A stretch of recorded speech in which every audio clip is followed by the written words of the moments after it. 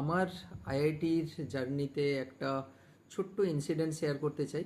আমি যখন আইআইটি জ্যামের প্রিপারেশন যখন ফেজে ছিলাম, আহ, পরীক্ষার 10-12 দিন আগে থেকে আমার ভীষণ প্যানিক করতো।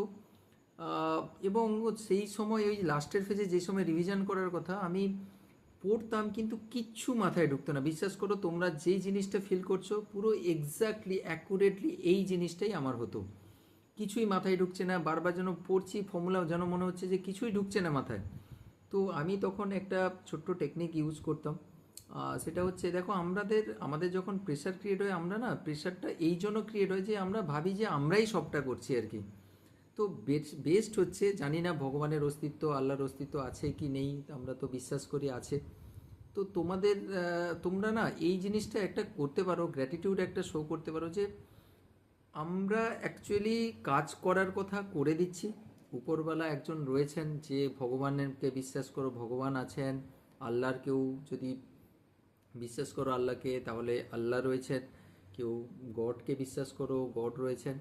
যে যাকে বিশ্বাস করো উনাকে স্মরণ করো। যে স্মরণ বলতে এই রকম বলছি যে তুমি তোমার কাজ করে দিয়েছো, তুমি স্যারের কথা এতদিন শুনেছো, তুমি তোমার ক্লাস টিচারের কথা শুনেছো, তুমি আমার কথা শুনেছো, যেরকম বলেছি পড়েছো, সেরকমভাবে কোশ্চেন অ্যান্সার প্র্যাকটিস করেছো, এক্সাম দিয়েছো, তোমার দিক থেকে তুমি বেস্ট ওয়েতে ট্রাই করেছো, এখনও স্টিল করছো।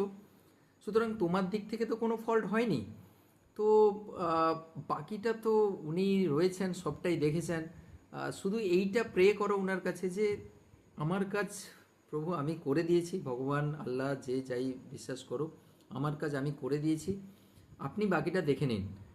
আমি আর কিছু জানি না, ব্যাস তুমি ছেড়ে দাও। দেখবে, আমি তো বললাম, দেখবে তুমি কতটা হালকা হয়ে যাবে, দেখবে তুমি যেন সমস্ত চাপ যেন রিলিজ হয়ে গেল, এরকম মনে হবে।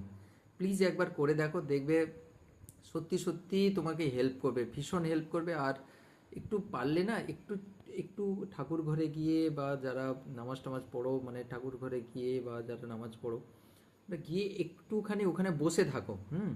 নামাজের ব্যাপারটা আমি জানি না, কিন্তু আহ, ঠাকুর ঘরে আমি বসে থাকতাম, একটু একটু মেডিটেট করতাম ধূপ জ্বালিয়ে, বা নিজের পড়ার রুমে আমি ধূপ জ্বালিয়ে একটু চোখ বন্ধ করে সামনে একটা মোমবাতি জ্বালিয়ে মেডিটেট করতাম, তাকিয়ে থাকতাম ওর দিকে, দিয়ে একটু চোখ বন্ধ করে রাখতাম, মনটা শান্ত হয়ে যেত।